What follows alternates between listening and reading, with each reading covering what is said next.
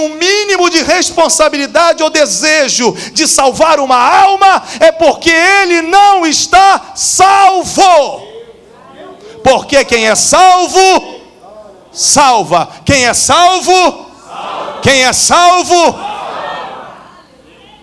A partir do dia que você entregou sua vida a Jesus, Ele está contando com você, para que você seja um pescador de homens, para que você fale do poder de Deus, do céu, do inferno, da Bíblia, dos anjos, dos demônios, de Jesus, do Espírito Santo, do céu, que você abra a tua boca e sirva como um mensageiro, como uma mensageira do Senhor, no seu trabalho, na escola, na faculdade, na vizinhança, no meio dos teus parentes.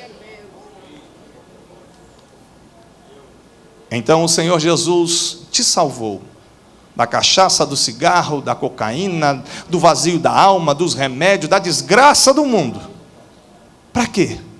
Só para você pertencer a uma religião? Só para você consumir bênçãos? Não.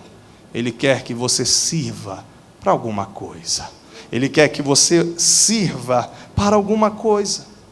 E dentro desse contexto existe um texto que é duríssimo, duríssimo, duríssimo.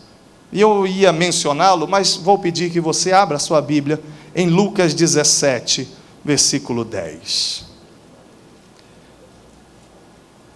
O segundo chamado, Lucas 17, ele custa alguma coisa. Para ser crente não custa nada, mas para servir, isso custa alguma coisa.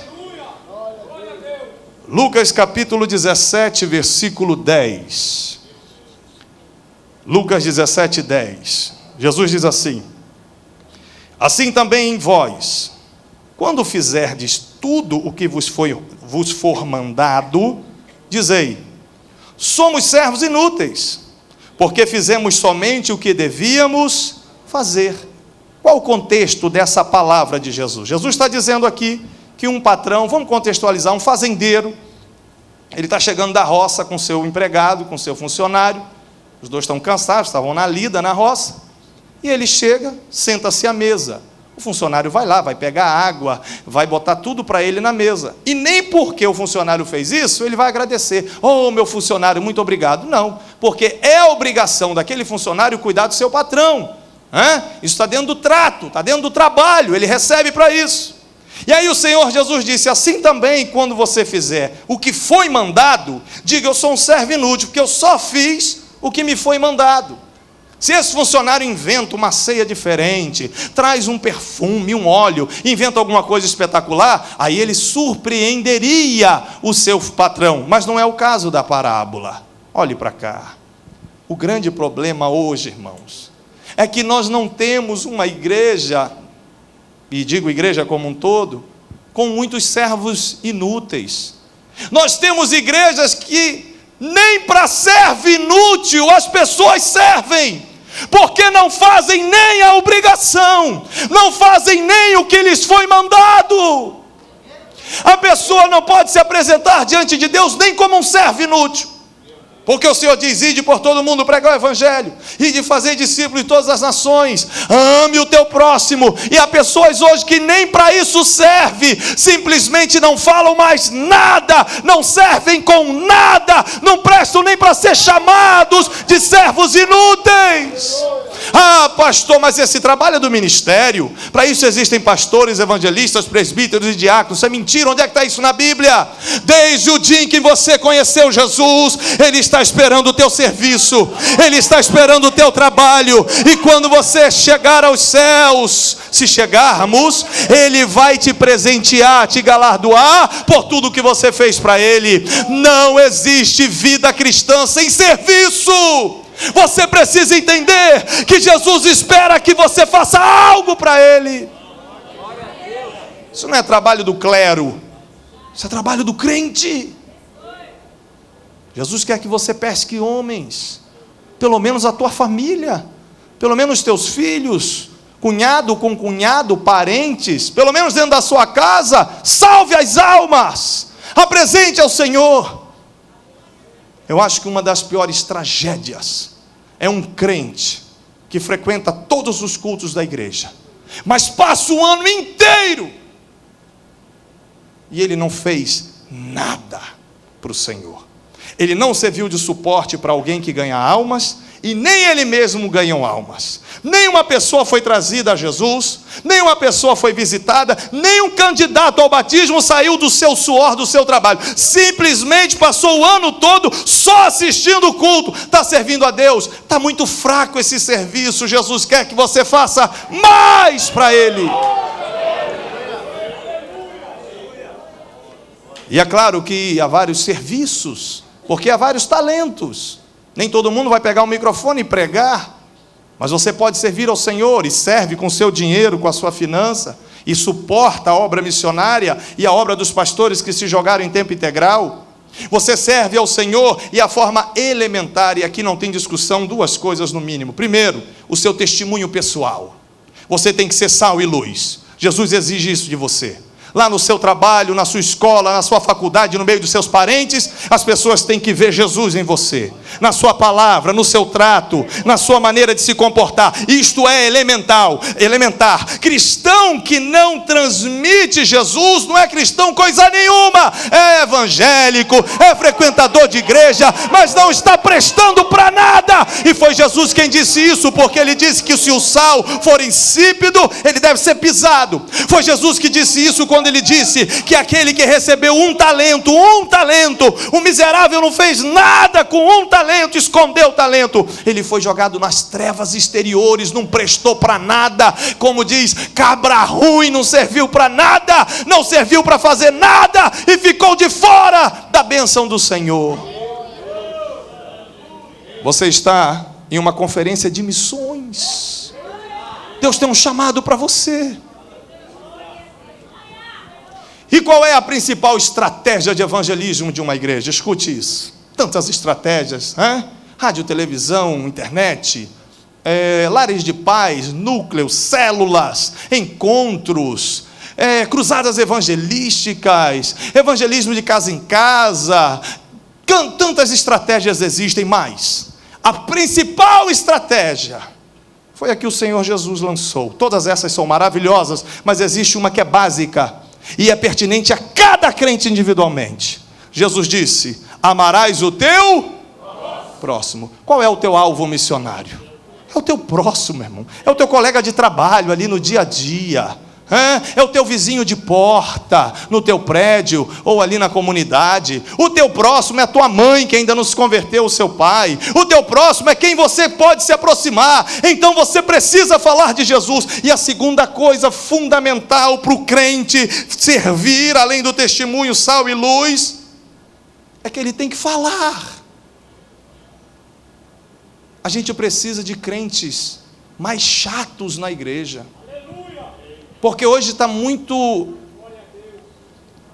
complicado você falar de evangelismo pessoal. Eu não quero ser chato, já existem tantos programas de TV, e as pessoas já sabem de Jesus. Meu irmão, você tem que falar. Ouvirão se não há quem pregue. Deus decidiu salvar as pessoas através de você. Se fosse assim, Ele não te chamava, mas Ele te chamou, Jesus te chamou. Jesus não veio do céu para ser um pregador sozinho andando pelas terras. Ele agregou pessoas, Ele discipulou homens e os ensinou a pregar, e os ensinou a ensinar. Então você tem que abrir a sua boca e falar mesmo. Pastor, mas eu já falei 1000 vezes para o meu patrão. Fala mais, continue, pega no pé mesmo, seja radical mesmo.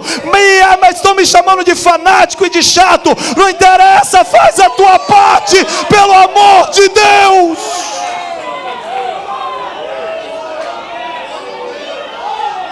Fale, não te cales. Enquanto a gente ainda tem liberdade na lei brasileira para abrir a boca e falar, fala!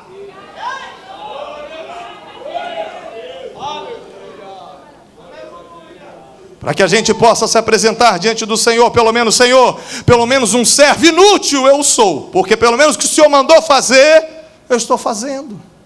Se envolva com as atividades da sua igreja.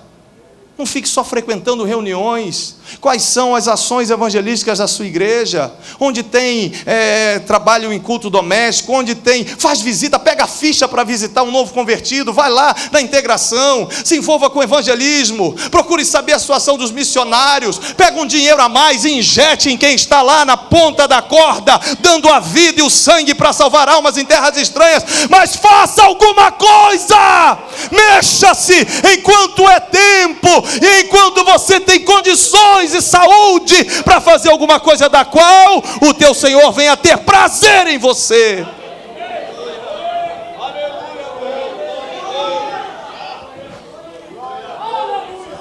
O primeiro chamado é de graça. Vinde a mim todos, de graça eu vou salvar, libertar, curar, tirar o peso, descansar a alma. É comigo, diz o Senhor, é comigo. Vem do jeito que está, que eu resolvo e transformo a sua vida. Agora aceitou o primeiro chamado, agora é o seguinte: você vai fazer alguma coisa para mim. Você vai salvar almas. Você vai pescar homens. Vou te ensinar, vou te treinar. Com seu testemunho de vida, com a mudança radical que eu trabalhei em você, te diz o Senhor. E com palavras que eu mesmo coloco na sua boca, mas você tem que falar. Eu vou te usar para salvar pessoas. O segundo chamado é o chamado para o serviço. Coisa só para pastores? Não, é para todos. O primeiro chamado para a salvação, que não custa nada. Há bilhões no planeta que se dizem cristãos, seguidores de Jesus, não custou nada, se converteram de graça, bilhões. O segundo chamado para o serviço são alguns. Se uma igreja de 100 membros, o pastor reúne e diz: hoje à tarde vamos fazer um evangelismo aqui nas proximidades. 100 membros. Para esse evangelismo devem aparecer no máximo uns 10 crentes. O resto fica em casa, porque não presta para servir para nada. Terceiro chamado, que é o assunto em questão essa noite. Mateus capítulo 16, versículo 24. Já havia um amadurecimento maior no relacionamento de Jesus com os discípulos, já tinham caminhado um pouco juntos, e agora Jesus faz esse chamado mais específico. Mateus capítulo 16. Versículo 24.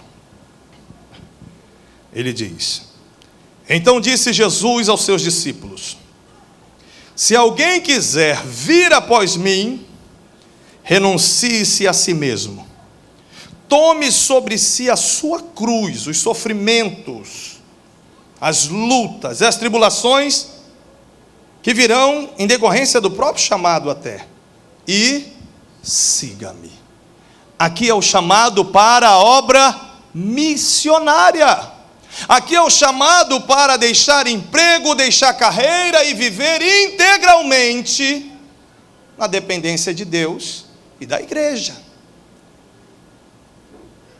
É você deixar o curso natural da sua vida, com anseios profissionais, com projetos financeiros, e aí você abre mão disso tudo para comer da farinha e para viver do azeite.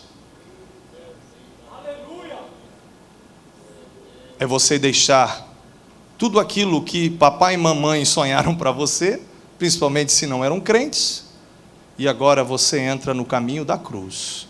Ser o imitador de Jesus o máximo possível nessa terra.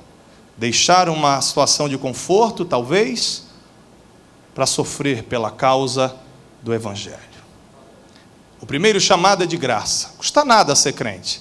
Só se arrepender, entregar a vida a Jesus, ser liberto, de graça a vida muda, é uma bênção servir a Jesus. Segundo chamado, se envolva mais. Testemunhe, pregue, fale onde você estiver e se envolva com as atividades da igreja. Faz alguma coisa na sua igreja. Sirva. Terceiro chamado, custa tudo. Custa a vida inteira. Compromete o seu futuro.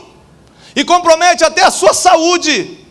Quando você decide abrir mão e andar 100%, ou pelo menos na busca de andar 100% como Jesus. Essa chamada, não é que essa chamada seja para poucos. é que, na verdade, poucos são os que atendem a esta chamada. É a chamada para... A primeira chamada é para ser crente. A primeira chamada é para servir. E a terceira chamada? Uma vez o seminarista disse: pastor, é para ser maluco, para ser doido. Não está errado não. Mas essa terceira chamada é a chamada para ser herói. Herói da fé. A Bíblia menciona pelo nome aqueles que atenderam essa terceira chamada. Os que serviram, os anônimos da igreja primitiva, claro que receberão galardões maravilhosos, mas aqueles que especificamente deixaram tudo, o nome é registrado. Há uma diferença. O preço é muito caro, mas o prêmio também será mais elevado. Esta igreja, dentre todos os seus missionários, existem duas mulheres, que eu tive a honra de estar com ela alguns dias em 2005, quando esse ministério me enviou para Moçambique. Eu passei quase um mês com a Nina Cioli e com a Lucimar Barros lá. E o que eu quero dizer sobre elas é para a glória de Deus e para que fique claro o que é esse terceiro chamado. A Nina Cioli, missionária dessa igreja, irmãos, foi criada no Leblon, na Zona Sul. O pai dela era riquíssimo. Ela estudou em um dos melhores colégios do Rio de Janeiro, um colégio francês que existe ali no Leblon. Aos 14 anos de idade, ela se converteu, conheceu Jesus, Jesus a chamou e ela atendeu o chamado. Mas o seu pai, ateu materialista, disse: se você for crente aqui em casa, você não mora. E ela se mudou para Salvador para morar com um de seus tios, mas não deixou Jesus, não deixou o evangelho, não deixou a igreja. E depois de alguns anos em Salvador, congregando na Amaralina, com um pastor muito amigo meu chamado Volmar de Alcântara, ela fez o seu curso teológico, e assim que teve idade, ela foi trabalhar com índios em Rondônia.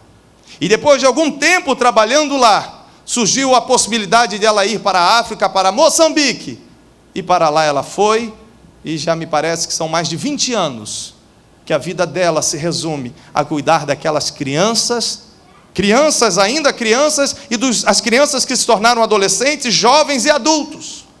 Nina Cioli pastoreia uma igreja de gerações. Quando ela chegou fazendo trabalho com criancinhas no centro da cidade da Beira, e hoje essas crianças têm 20, 25 anos, essa é a membresia da nossa igreja lá em Moçambique. Mas ela não abandonou o trabalho infantil, então ela trabalha com adultos, jovens, adolescentes e crianças há 20 anos aproximadamente.